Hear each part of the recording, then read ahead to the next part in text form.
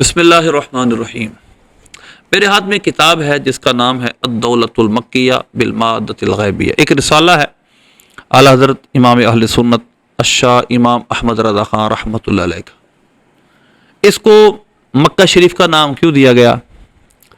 یہ غیب علم غیب پہ رسالہ ہے، عربی زبان میں اعلیٰ لکھا ہے، کیونکہ مکہ شریف میں آپ نے لکھا تھا اور آپ اس وقت مکہ میں حج کرنے کی غرض سے حاضر تھے اور مکہ سے مدینہ شریف کا قصد کرنے والے تھے۔ آپ رحمۃ اللہ علیہ کی بارگاہ میں ہند سے ایک سوال آیا تھا، علماء مکہ کی بارگاہ میں انہوں نے یہ سوال آپ کو دے دیا۔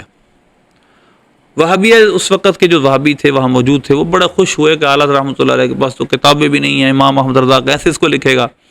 تو آپ رحمۃ اللہ علیہ نے 8 گھنٹوں میں ایک مجلس کے اندر یہ کتاب الدولۃ المکیہ بالمادۃ الغیبیہ تصنیف کی۔ آپ رحمۃ اللہ علیہ نے صرف 8 گھنٹوں میں اس کو تصنیف کیا، اور اعلیٰ رحمۃ اللہ علیہ لکھا بھی سارا عربی کے اندر، کتابیں بھی آپ کی اپنی لائبریری کی موجود نہیں تھی، بغیر کتابوں کو دیکھے یہ رسالہ لکھا۔ اب میں چند اقتباسات اس رسالے کے آپ کے سامنے پیش کروں گا۔ پہلی قسم میں اعلیٰ رحمۃ اللہ علیہ فرماتے ہیں، آپ نے جو پہلی قسم اس کی بنائی ہے، قسم الاول فی کشف الحجاب عن وجہ صواب فی ھذا الباب، وہ اعلیٰ وضاحت کرنا چاہتے ہیں کہ علم غیب کیا ہے، اس کا ماننا کیوں ضروری ہے۔ پہلی نظر فرماتے ہیں علم انہ بلاغ الامر و مناط النجات، جان لو کہ جو معاملے کی اصل ہے اور جو نجات کی منات اور مدار ہے وہ یہ ہے کہ ایمان سارے کا سارے کتاب پہ رکھا جائے، ساری کتاب کو مانا جائے۔ بہت سارے لوگ اس وجہ سے گمراہ ہوئے کہ بعض کتاب کو مانتے تھے، بعض کتاب کو نہیں مانتے تھے، یہود۔ اسی طرح اعلیٰ نے پہ چند مثالیں دی ہیں قدریہ کی، جبریہ کی اور مختلف خوارج کی۔ لیکن آپ پھر علم غیب پر آتے ہیں، وامثال ذالک کثیر، اس کی بہت ساری مثالیں۔ 41 نمبر صفحہ ہے، ترکی کی چھپی ہوئی میرے ہاتھ میں، فی کتب الکلام شہیر، کتب کلام اس کی بہت ساری مثالیں، والقرآن العظیم الذی نص انہ لا یعلم فی السماوات والارض الغیب الا اللہ، کہ غیب صرف اللہ جانتا ہے، زمین و آسمان۔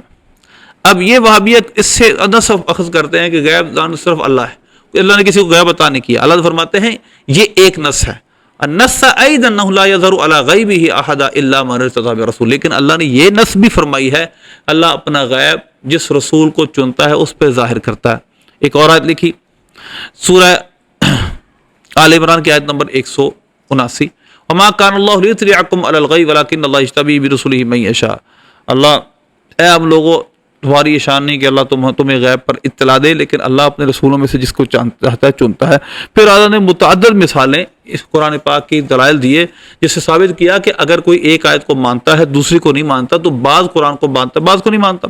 آپ لکھتے ہیں الی غیر ذلک من الآیات، بہت ساری اس کے علاوہ آیات ہیں، فہذا ربنا تبارک و تعالی قد نفى نفیا لا مرد له واثبت اثباتا لا ریب فیہ، اللہ نے ایک نفی فرمائی ہے، اس میں کوئی شک نہیں، وہ نفی ہی ہے، ایک اس بات کیا ہے، اس بات میں بھی کوئی شک نہیں۔ فالحق فالکل حق والایمان والکل ایمان، سب حق ہے، سب پر ایمان ضروری۔ ومن انکر شیئا منہما فقد کفر بالقرآن، جس نے اس میں سے کسی شے کا انکار کیا اس نے قرآن کا انکار کیا۔ فمن نفى مطلقا ولم يثبت بوجہ فقد کفر بآیات الاثبات، وہ کہتا ہے مطلقا کوئی علم غیب اللہ نے کسی کو دیا ہی نہیں تو اس نے آیات قرآن کا انکار کیا۔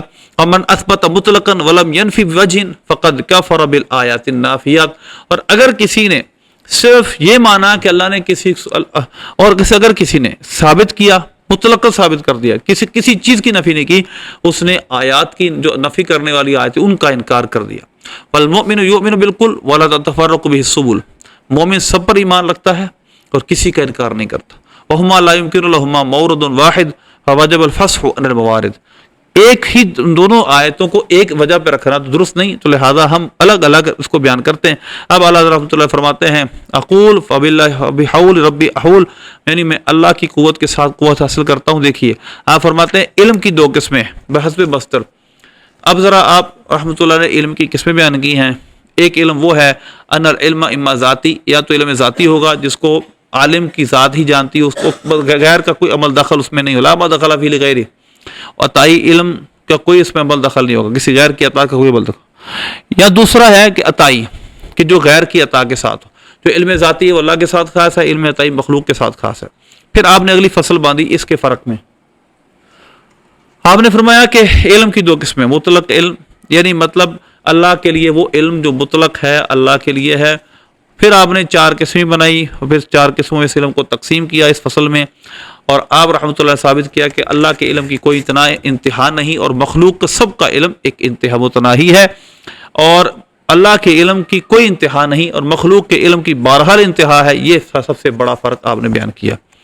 آگے چلیں، آپ رحمۃ اللہ علیہ نے آگے جا کر علوم خمسہ پر بحث کی۔ دیکھیے، النظر السادس فی معرفت لا یعلمہن الا اللہ، ان چیز کو جاننا کہ قرآن نے فرمایا جس کو اللہ کے سوا کوئی نہیں جانتا، مطلب اللہ کی عطا کے بغیر کوئی نہیں جانتا، تو آپ رحمۃ اللہ نے اس پر ایک پوری فصل باندھی اور ثابت کیا کہ علوم خمسہ یعنی 5 علوم جس کا تذکرہ اللہ نے سورہ لقمان کی آیت نمبر 34 میں کیا ہے، وہ بھی اللہ نے عطا فرمائے ہیں۔ پھر اس کے بعد آپ رحمۃ اللہ علیہ نے عقلی دلائل کے ساتھ ساتھ نقلی دلائل کو بھی بیان کیا ہے، اور اللہ یہ ثابت کیا ہے کہ اللہ تبارک و تعالیٰ نے یہ چیزیں اپنے انبیاء کو عطا فرمائی ہیں۔ پہلے ان کی علم کی تقسیم کی اور پھر اس علم کو عقلی اور نقلی طور پہ ثابت کیا کہ حضور کو اللہ نے یہ علم عطا کیا۔ یہ ہے پہلا جو اس میں رسالہ ہے، وہ تو ابو الفسانی رحمۃ اللہ علیہ کا ہے، لیکن اس کے بعد دوسرا رسالہ اللہ رحمۃ اللہ علیہ کا ہے الدولۃ المکیہ بالمادۃ الغیبیہ، یہ اردو میں چھپ بھی چکا ہے اور اصل عربی زبان میں ہے۔ اس کو ضرور پڑھیے، اہل علم اس کو ضرور پڑھیں۔ اس میں ایسی تقسیم ہے کہ جس کے بعد آپ سمجھ جائیں گے کہ واقعتاً نبی پاک صلی اللہ علیہ وسلم یا کسی کے لیے اللہ کی عطا سے علم غیب ماننا کوئی شرک کی بات نہیں۔ جس طرح کہ اسماعیل دہلوی نے لکھا ہے کہ اللہ کی عطا سے مانے، اللہ کی عطا کے بغیر مانے تو شرک ہے، یہ بالکل غلط عبارت ہے۔ اللہ کی عطا کے ساتھ ماننے میں کوئی شرک و کفر کی بات نہیں۔ لہذا اس رسالے کو میں پڑھنے کی آپ کو دعوت دیتا ہوں۔